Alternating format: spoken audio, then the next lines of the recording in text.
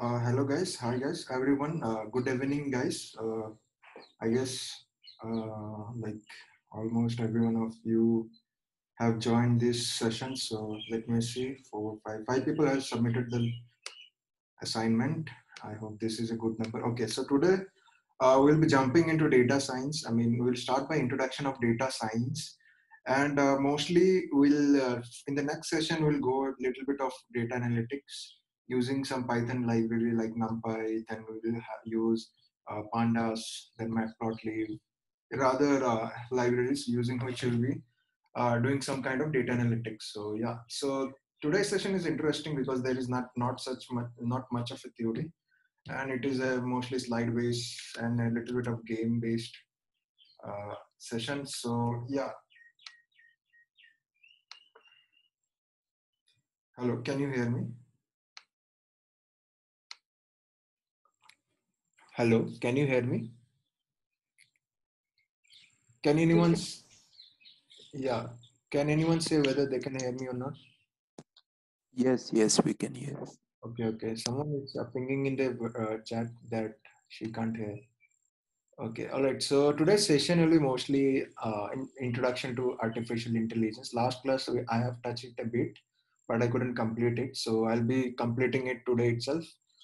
And yeah, I'll be covering like what are the importance of data science and data analytics, machine learning, deep learning, RL, all those things. And I'll clear out some doubts which people initially they think like, yeah, what is the difference between these two keywords, and some doubts I'll be clearing it up so that it will be easier in the later stages. And yeah, with this one, you will be jumping into data science. Yeah. So what is this AI? The question what comes into our mind whenever we look into all those artificial intelligence and all those things, what is this AI and where did it come from? And where can AI and what can an AI do? So that's really interesting questions because okay, so one second.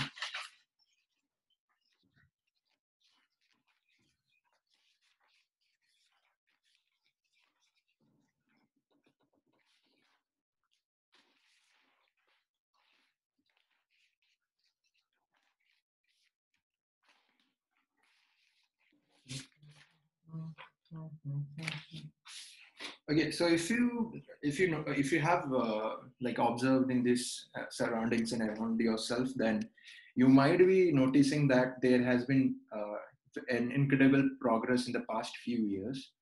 If you can see, there are many like things around you that uses artificial intelligence for seamlessly providing services to you. Like if you see that autonomous shopping carts delivering you groceries or any AI generated music. For example, if you go and check out, there are many deep learning libraries which can generate musics for you using GAN and something. So there is like model which is used in these things.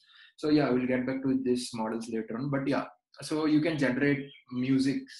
Uh, there are many YouTube channels which have shown the demo of generating music, like rap music using GAN and all. So okay, I'll admit all. Sorry.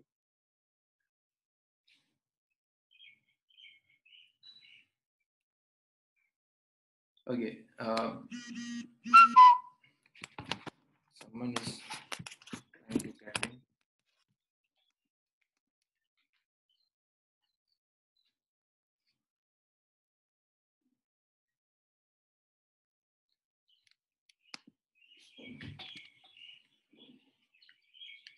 I hope everyone has joined.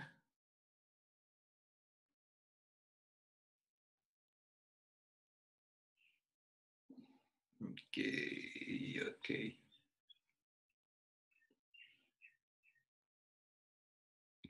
Avinash K is not able to join it. Okay. I'm trying to add Avinash K. Okay, all right. We'll leave Avinash. Avinash internet is not working. I guess that's why he's not able to join. Okay. So yeah, what happened to this connection?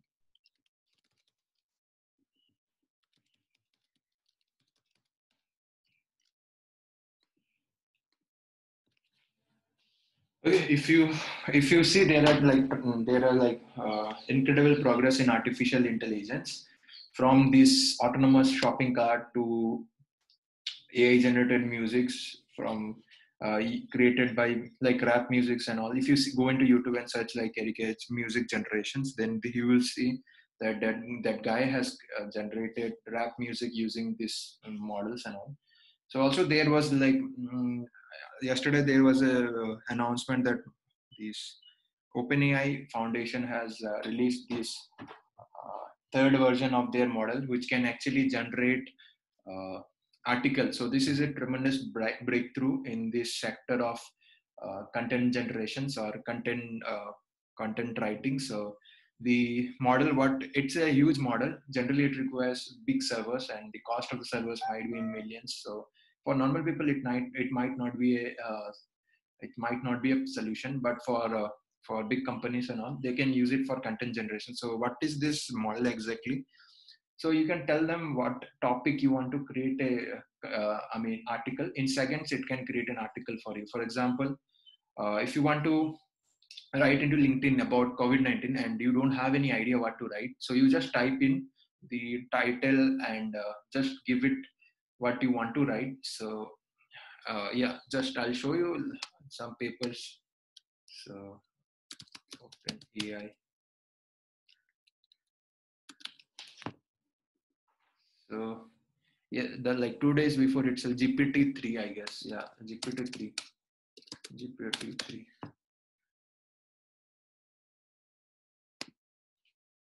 Yeah, it's a very big library. It's like 175 billion parameters. So its size isn't, I guess, GVs or TVs, I guess. So it's a library using which you can actually generate articles. So there is no demo of this. Okay, so yeah, I'll tell you what is the idea behind this thing. It's like you can actually. Okay, someone is texting me. I cannot hear you. So can you just join again? I mean, or can you plug in some micro speaker, like headsets or headphones? Because I guess except you, everyone can hear you, and I'm speaking right. I'm speaking right near the microphone. So okay, all right. So the thing is, the OpenAI GPT-3 is a wonderful model using which you can generate articles. Like you can only give the name of the article. So it's really useful for the people who wants to write articles, or they have been given some assignment from the colleges where you have to write some articles. Like recently I had an assignment where I had to write the effect of the effect of relationship on China and US due to COVID-19. So the article I had to write was really painful, and like it took around like 6 to 7 hours for me.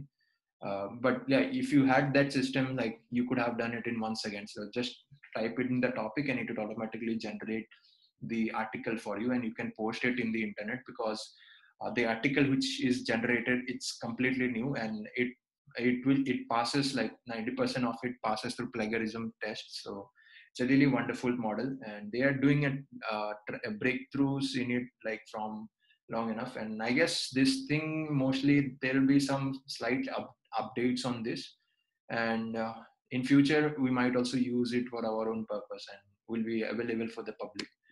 So that's what I explained you. Okay.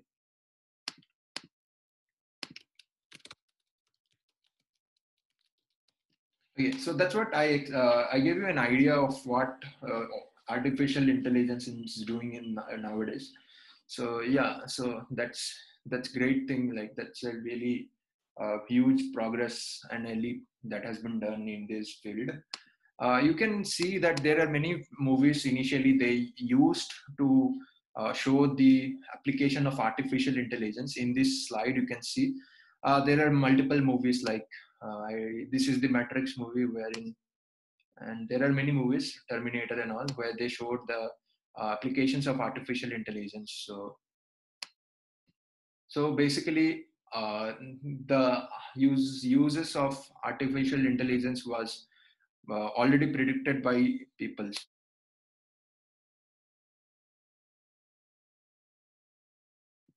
So yeah, the uses of artificial intelligence were already predicted by people long before, and right now it's becoming possible for the people to get it done whatever they have dreamt before.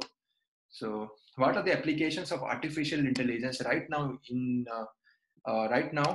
among us? So if you see, there are many applications of artificial intelligence, but among them the most significant ones are like face recognitions. If you see that everyone phone has a face recognition software inbuilt into that. So whenever you want to sign in using your face recognition, so basically what the face recognition software does, it takes out your uh, so initially what people used to do is like they used to hard code.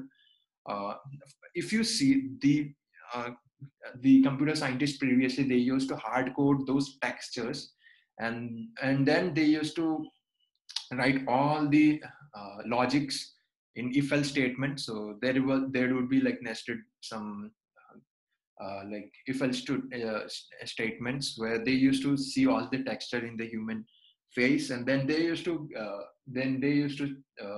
like using that algorithms, they used to understand whether the the face is really the person, like the face is really the person whose phone is like, or it's someone else. Like, so yeah, but right now you don't have to do so much of coding. You just have to define what model you want to use, and just you have to give it a layer, and like whatever model type you have to just do some kind of tuning of all those parameters, and then you can get the great model, and you don't have to do anything, just you have to give some data. So how it works is generally it works like if you see in internet Agate Gatli. So Agate Gatli is a really great person. He created a model for face recognition. Agate Agate. I don't remember. Gatli face recognition. So he has done a tremendous research. Okay, I don't know. So what I did Agate Gatli.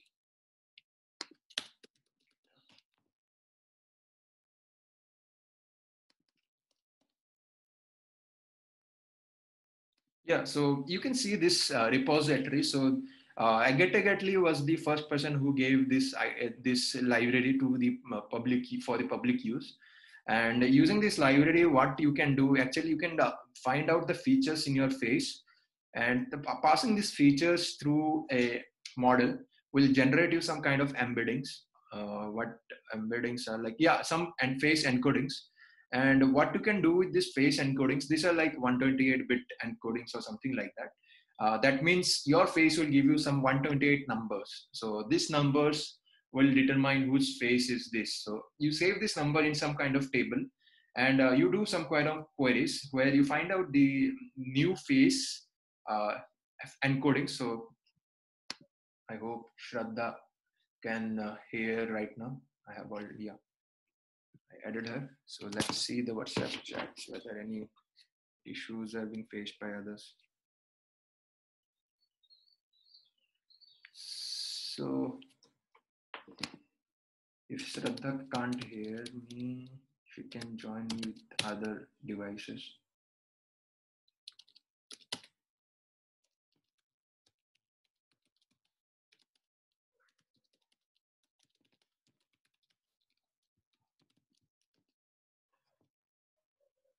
Okay, someone, okay, let me ping her person and tell her.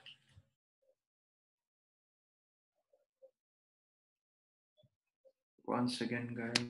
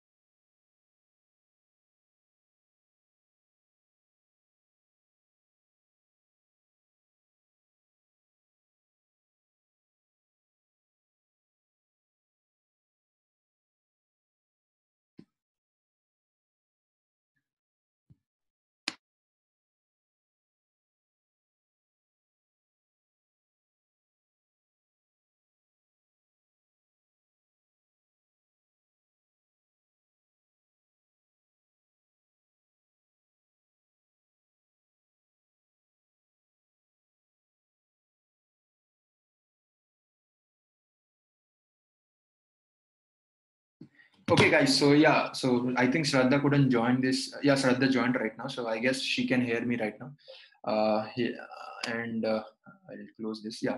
So basically, what this libraries does, so it is a really great library made by this guy. So uh, yeah, and it's a really great library. What it generally does, it creates encodings. So what are these encodings?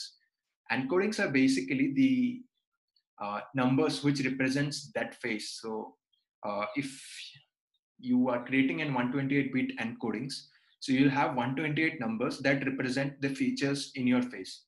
So it creates a features in your face, and then it transforms these features into some encodings, and you store these encodings into a database. And whenever a new person comes, you just take the face and find out the Euclidean distances between all both these faces, and put some kind of threshold values. And if the Euclidean distance is beyond these threshold values, you actually uh, beyond this threshold values, then you can say that this is an intruder. Okay, you might not get understand this right now, but I'll explain you later. But yeah, so face recognition application is one of the use applications of artificial intelligence. And we'll go to the next application, that is autonomous vehicles. And you have seen uh, many researchers breakthroughs on these autonomous vehicles. Like like Tesla and Google have done tremendous research on these things, and there are many autonomous companies which are making autonomous vehicles. So yeah, so this is Waymo. And yeah, so next thing is recommendation systems. So recommendation systems are also an application of artificial intelligence. You know, whatever you do in internet, for example, if you're browsing anything, for me, I'm using some kind of, I'm using DuckDuckGo, so it doesn't matter for me. But if you're browsing in Google, so every event, whatever you do, for example, you are doing some events, and if you are doing some click on this thing, this event, and this event, you are moving this mouse, and every event is being tracked by these search engines, or by these gigantic companies. And using these things, they actually tag your behavior, and then by tagging your behavior, they can actually know what are your likings, non-likings, and they can also induce some kind of behavioral changes in yours. So yeah, so there is a entire there is an entire sub module of Google which does this thing.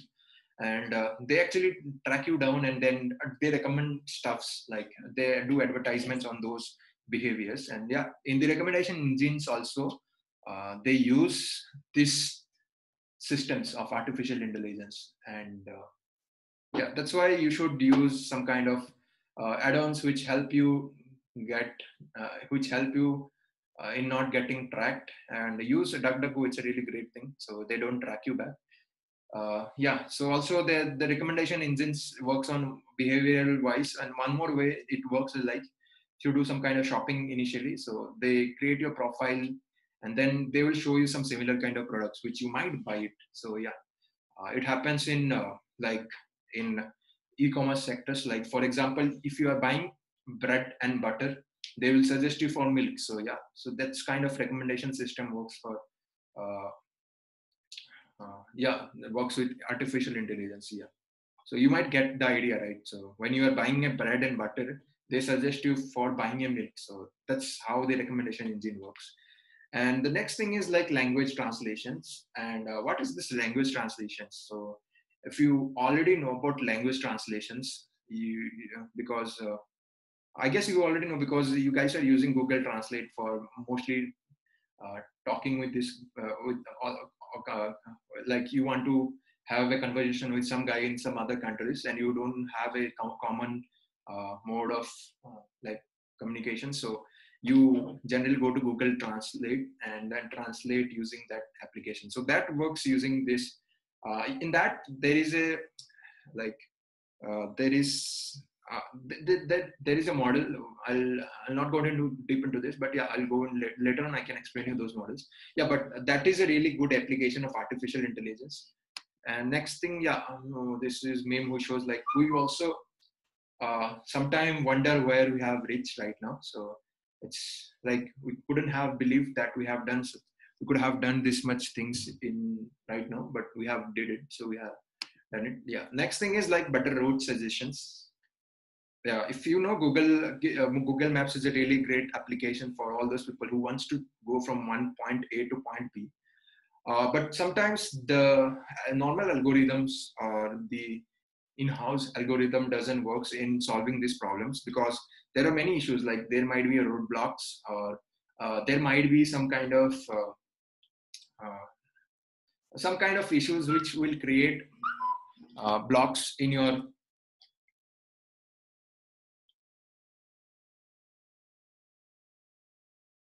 Okay, someone, Shraddha cannot hear me. I don't know why. I guess except Shraddha, everyone can hear me. After the end of this meeting, I will pass on the recordings to Shraddha. Yeah, but right now I don't want to stop this meeting right now. So better route suggestion. How does it work? Because initially Google used to use normal algorithms like shortest route algorithms or something like A stars and all those things. But right now they're using artificial intelligence based algorithms, because the systems right now are not that much simpler. In like initially it used to have only roads, that's it. But right now there are like road jams, there will be some weather issues, or there will be some weather issues, or wait, okay, there will be some weather issues, or there might be some roadblocks. Many things are there which affects the normal traveling from point A to point B, and that things are actually handled by this better route suggestions models. So even Google in all its route suggestions uses this model. So yeah, that is a really good application of artificial intelligence. Healthcare, coming to the healthcare sector. So healthcare sector is doing a tremendous research like into its sector. So there are many courses which provide you how to understand how these models are working in solving the problems. And if you see that there are many models which can actually detect cancers better than a human. So yeah, so I mean in healthcare sector also there is like huge research going on, like brain segmentations and all those.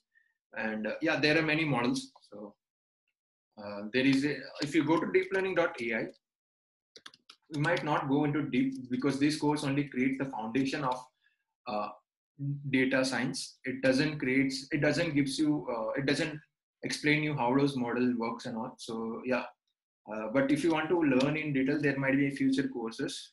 But right now, if you want to learn, then you can go to deeplearning.ai. So they have this wonderful course on medical applications. So take deep learning specializations, and let me see, where is this? Yeah, deep learning has collaborated with us in the last session. So it was a really great session. If you want to see, you can go to Grow90 YouTube channel. So deeplearning.ai has this medical course. So if you do this course, you will get an idea how this deep learning is breaking into this sector of medical industry. So break into it. I have somewhere it was there. So yeah, AI for medicine. So yeah, you'll get an idea. So you can see that using deep learning, they're solving solving the problems in this medical industries. So there's a huge application of this artificial intelligence in medical industry. So yeah, if you do this course, you will get an idea of this. Yeah, so this is what I wanted to tell you. The application of artificial intelligence in healthcare. Then you have this better energy utilization. So in the next slide, if I will show you, so this slide, you can see that here the power used decreased tremendously, because the control of the power was totally given to a model which was created by this thing DeepMind. So after the control was given to machine learning model, so it decreased the power like consumptions tremendously. You can see that there was this huge decrease. And then again, the ML control was off. Again, it went to normal place. So yeah, this graph showing how using machine learning help reduce the power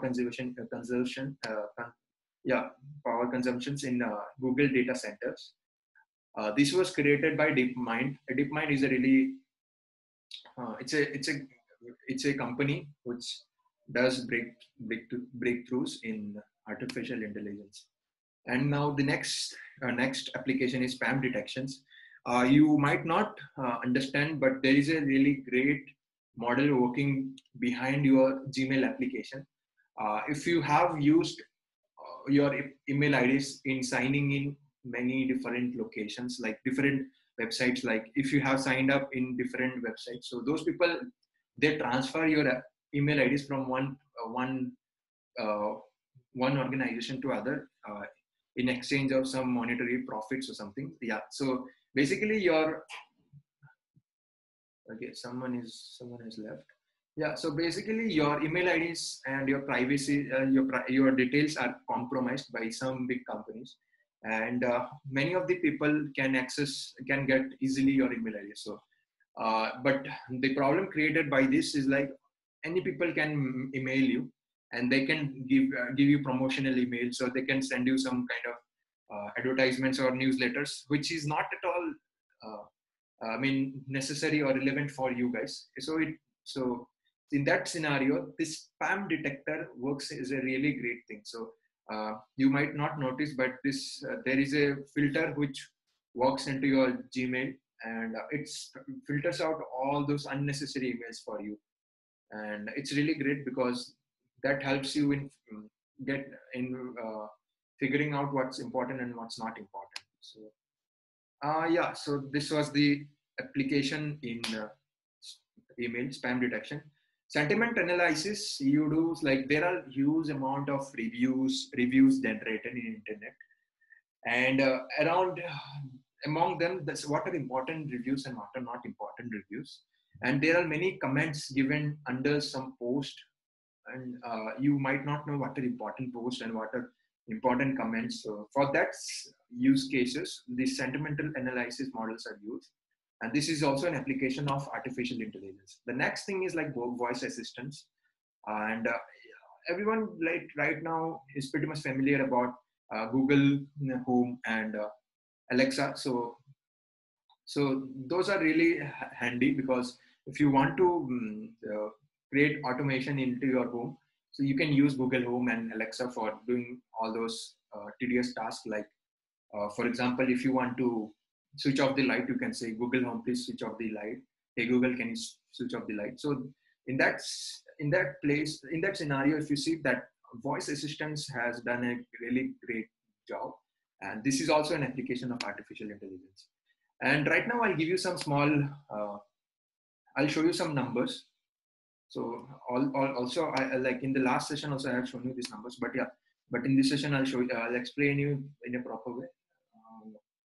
I have only 8 minutes remaining. I'll generate one more link, and I'll share it again in the group. So don't worry if this meeting ends. We'll create one more meeting. And yeah, so if you see, the 85% of the consumer interactions are projected to be managed using without a human by 2020. So right now, in this all e-commerce sectors or in food industries or all those things, so like there is consumer interactions going on every now and then, because whenever a order is failed or whenever there is a defect on your order, so there is an interaction going on between the consumer and the retailers, or the consumer and the companies like Swiggy or something. So I have used this Swiggy app, and they has a really great uh, chatbots which does your work in a minute, and you don't have to wait to connect with a real customer support. So if you order if you get a wrong order, you can directly talk to the chatbot and they can get you refund. So that's a really great application done using artificial intelligence. And yeah, 85%, the Gartner is a really great consulting company, and they have projected that 85% of the customer interactions will be done using artificial intelligence by the year 2020. That is to this year. And 5 billion amount venture capital firms invested in AI related firms in 2017. So Monetary has already given out the data that 5 billion, yeah. So venture capitalists, you might not know. Yeah. So these are the firms which gives investment to the small startups when they have done some small, some small, I mean, progress in their startups. For example, if you want to open up your startups and you first go to the seed funding and you get some small amount and you do some small progress, then you will definitely go to the venture capitalists. And yeah, those are the people who gives you money for doing your business. And yeah, so amount according to this monetary $5 billion, it's a really big amount which was invested on AI related firms in 2017. So yeah, so you can get an idea like how much money is being thrown away in how much money is invested in artificial intelligence. So right now, if you see all around yourself, there will be application of machine learning. Karthik again joined. So yeah, right now, if you can see, there is a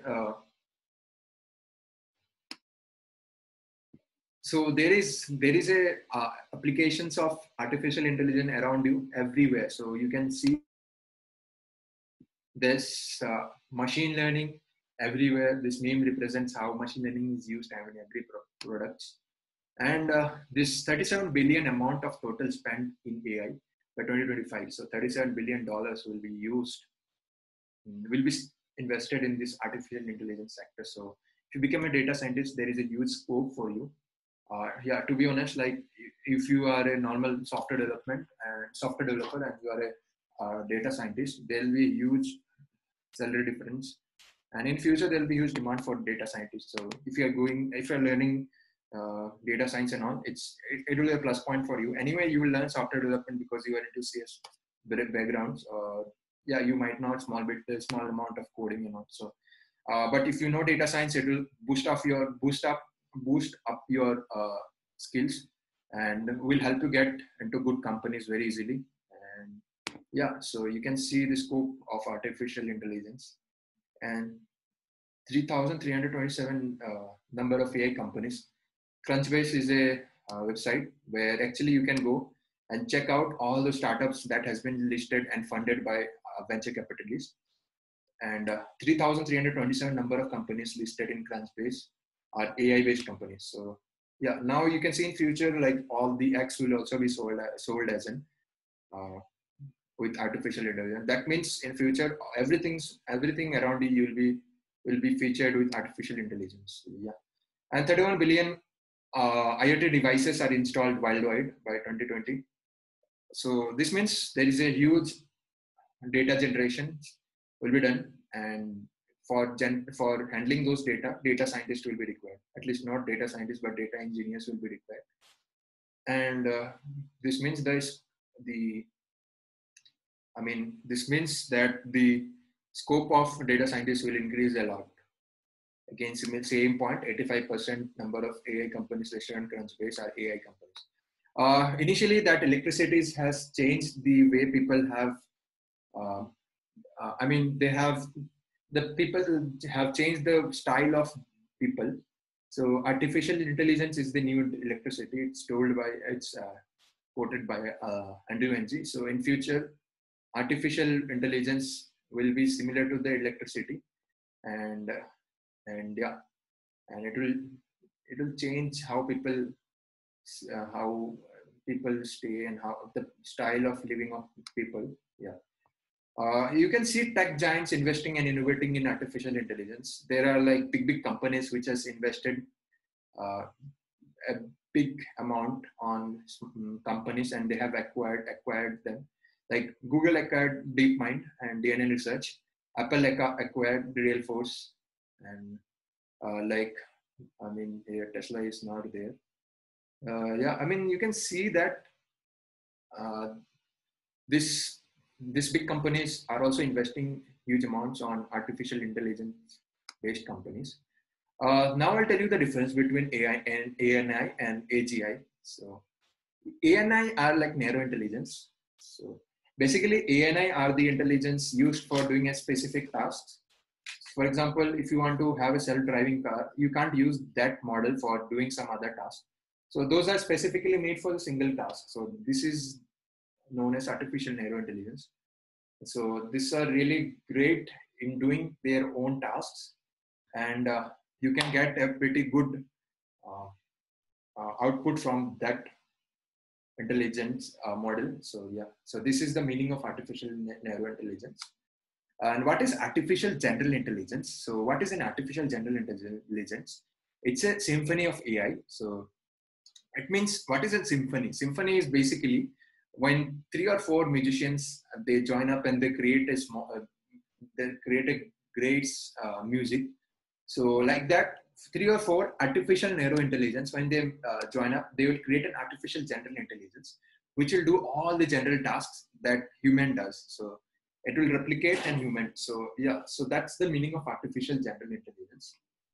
And the AI research is leading toward something more advanced, that is the artificial general intelligence. I mean, this kind of AI is when a machine can do things in a way that is indistinguishable from human behavior. So you can't you can't say the difference between an artificial general intelligence and a human. So with this, I'll pause this meeting and I'll share you one more link. You can join the other link. So please join the other link again. And because my time is over, so in 1 minute, be quick, join the meeting again, and we'll again continue from there. So yeah, good. See you.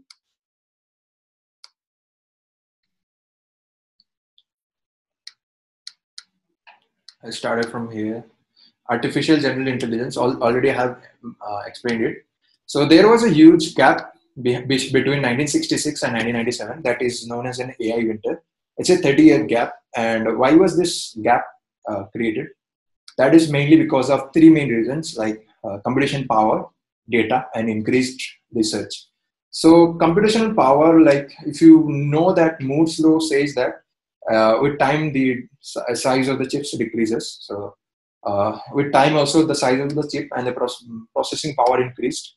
Size of the chip decreased and the processing power increased. So these are the chip makers or the companies which creates chips, and Intel is really having a better share in this market. So yeah, so cloud computing. So if you think like you don't have infrastructures for doing such researches, and you think like it's really expensive to buy these systems, so you are really lucky, because right now you have access to this Google Cloud and Microsoft Azure or AWS, which gives you access to computing power. But then those are not free. For free, you have to use Google Colab and Kaggle. As you know, you have been using Google Colab. It's a really great, it's a really great computing power because it gives you GPUs and TPUs for free. So yeah, for your research, it's a really useful thing. And yeah, like it's a kind of a god for all those people who wanted GPU. So next thing is like data. If you see right now, in every 60 seconds, there is huge amount of data being generated or created. So you can look it from this slide. So every 60 seconds, 98,000 tweets, this many status updates, and these all things are generated. And there is no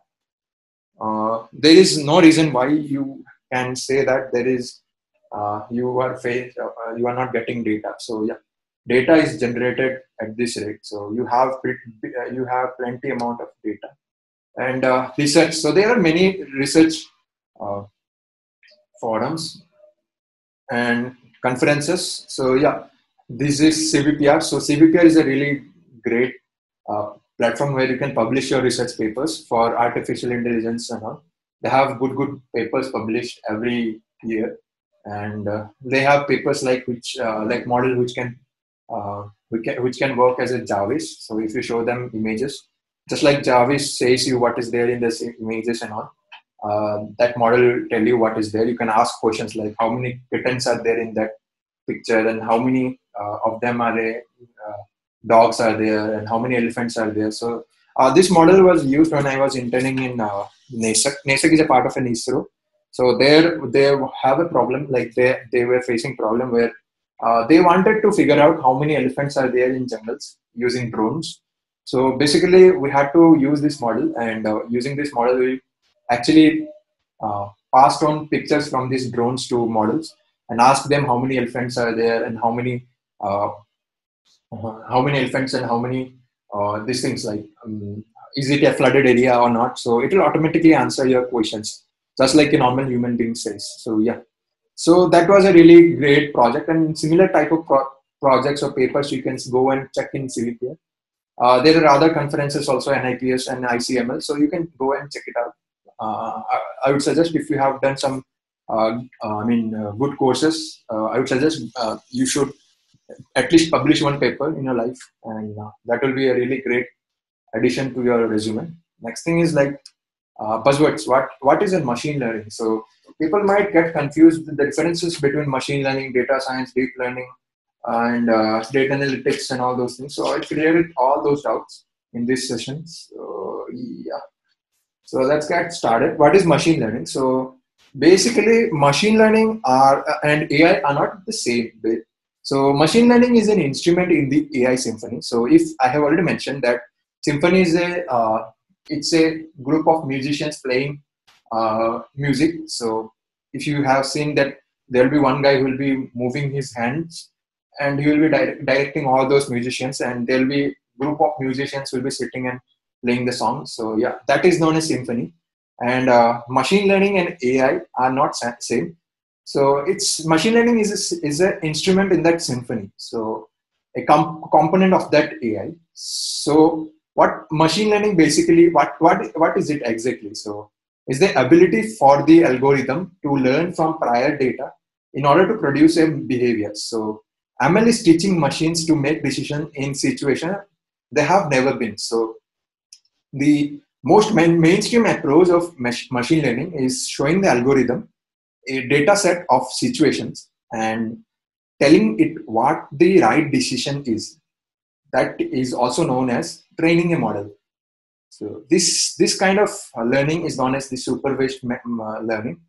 And once the model has been trained, we can feed more foreign data through the algorithm, and hopefully the machine makes intelligent decision of these new foreign situations. So let me give you a brief metaphor. And so when learning to play a trumpet, and so in case you are a part of, so this is machine learning. So you can see that you have to fit in all those points into this line. So actual minus predicted, and using that error you can train your model. So this is machine learning, and there are many algorithms. I'll go through these algorithms later on in this phase. Maybe I'll touch on linear regression, but not all those complex algorithms, because this only creates the foundation. And after doing this course, you will have a confidence that you can do any hard courses on machine learning. Like we'll be having a free courses on deep learning, and so for you guys, you can join that courses also. So yeah, and so this algorithm basically uses the error, and what it does, it changes the model depending on your error. So yeah, I mean, in this machine learning, I'll give you a brief metaphor. So it's like a playing a trumpet, or in this symphony, if you are a trumpet player.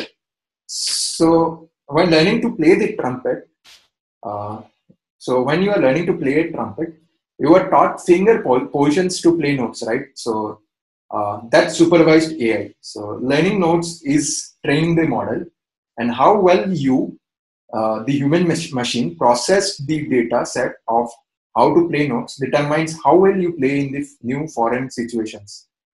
So it's like playing a trumpet. Machine learning is like playing a trumpet, and while you are when you are learning to play that trumpet, it's similar to training your model. So yeah. So Pocophone is joining right now. I hope he joins. And yeah, so with this, you get an understanding what is this machine learning exactly. And in future, if anyone asks what is the difference between machine learning and artificial intelligence, you can say them confidently. So yeah, next buzzword is deep learning. So what is exactly a deep learning? So I'll say you a little bit about deep learning. Deep learning is a branch of machine learning where artificial neural networks, algorithms, inspired by the way neurons work in our brain, find patterns in raw data by combining multiple layers of artificial neuron. So as the layers increases, so does the neural network's ability to learn increasingly abstract concepts. So it's a model which mimics the way your brain works and creates artificial neurons. So when you so people are trying to join. I don't know why people are not able to join. Yeah. So while you are using neural networks for solving this problem, you don't have to do any kind of you can any kind of computations, or you don't have to do some any kind of coding and all. You just define what are the layers, and it automatically trains the model. So for example, a neural network can learn how to recognize human faces, how the first layer of the neuron. So for example, if you consider a neural network which recognize your faces, the first layer of the neuron takes pixel from example images, and the next layer learned the concepts of how pixel from an edge works. So the first layer, as I already mentioned, the first layer, what it does, it takes the images. So consider, so I'll show you some layers, deep learning. So but this is not that deep learning.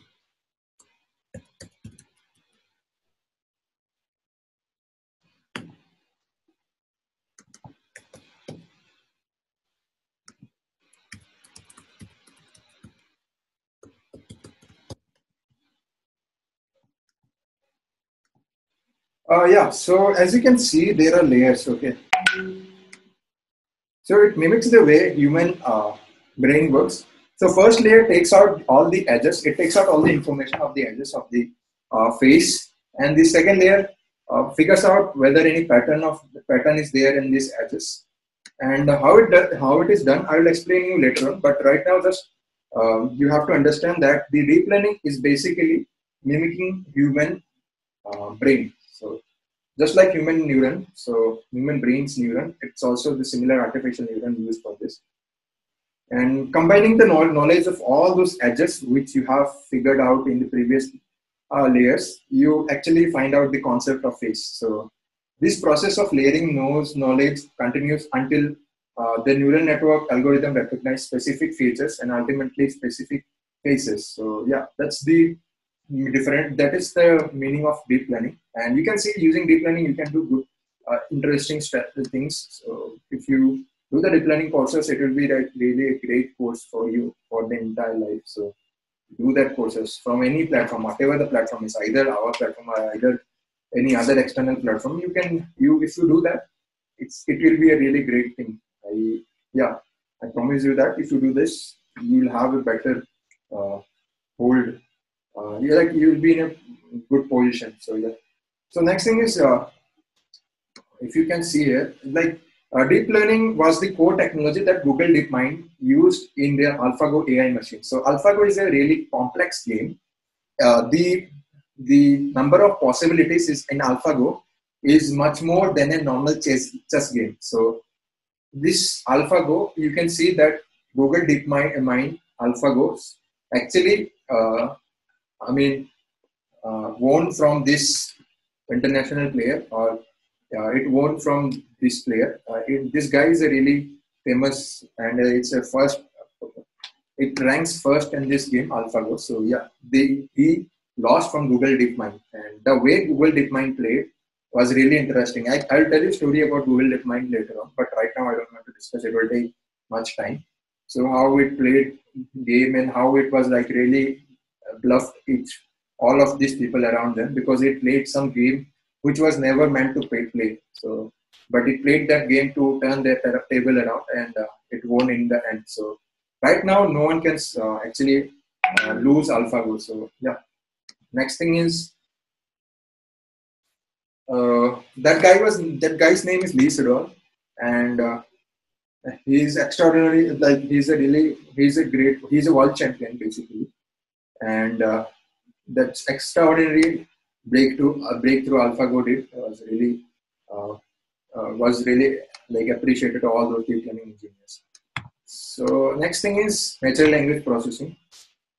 Like if you know, AI must communicate with humans as well as humans communicate with each other. In AI, this level of understanding is called NLU, or natural language understanding. So huge priority has been given to this sector, and yeah, and why? Because in future, if you know, human communication is not um, like human communication with the artificial intelligence will be really a I mean major things, and like human languages are really complex. There are many random, out of order, peppered with humor, emotions, and conflicts in human languages, and it usually depends on context. So it's there is a huge research going on this natural language processing.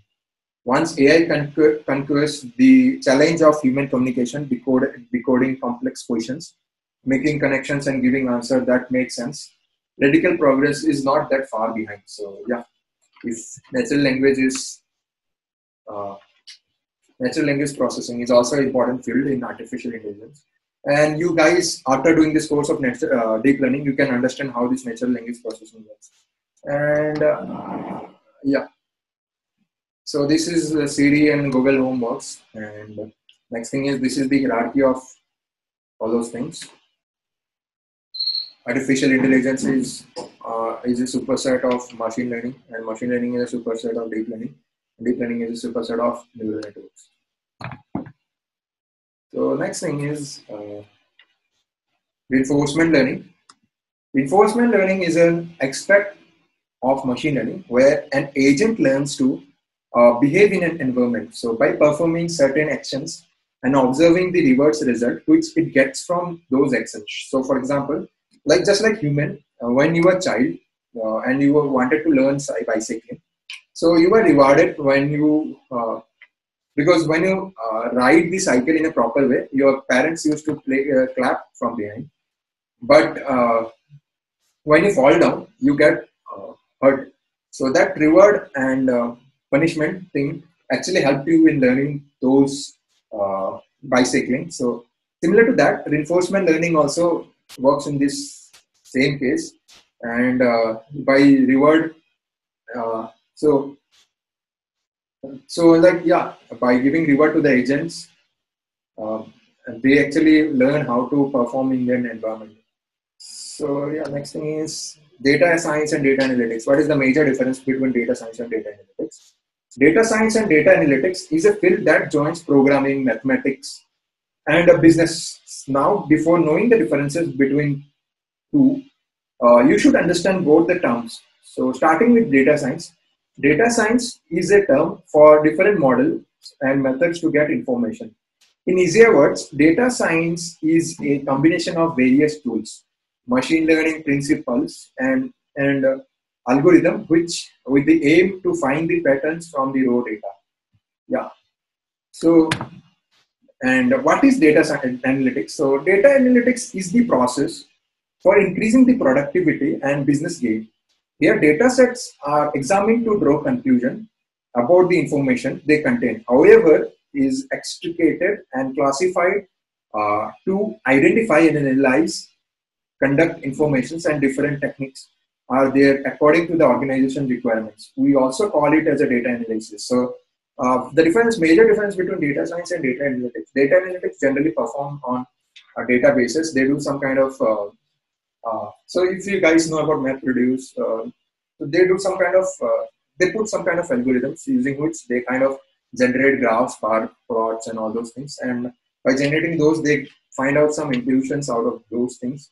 And they don't deal with kind of creating some new algorithms or something, but they generally helps you for your business problems. They gives you idea what to do next and what not to do. So yeah, but data science is something completely different. It deals with all those things, whatever data analytics things it does, but also they does much more. Like they creates models which will help in solving the problems. So that's what I mean.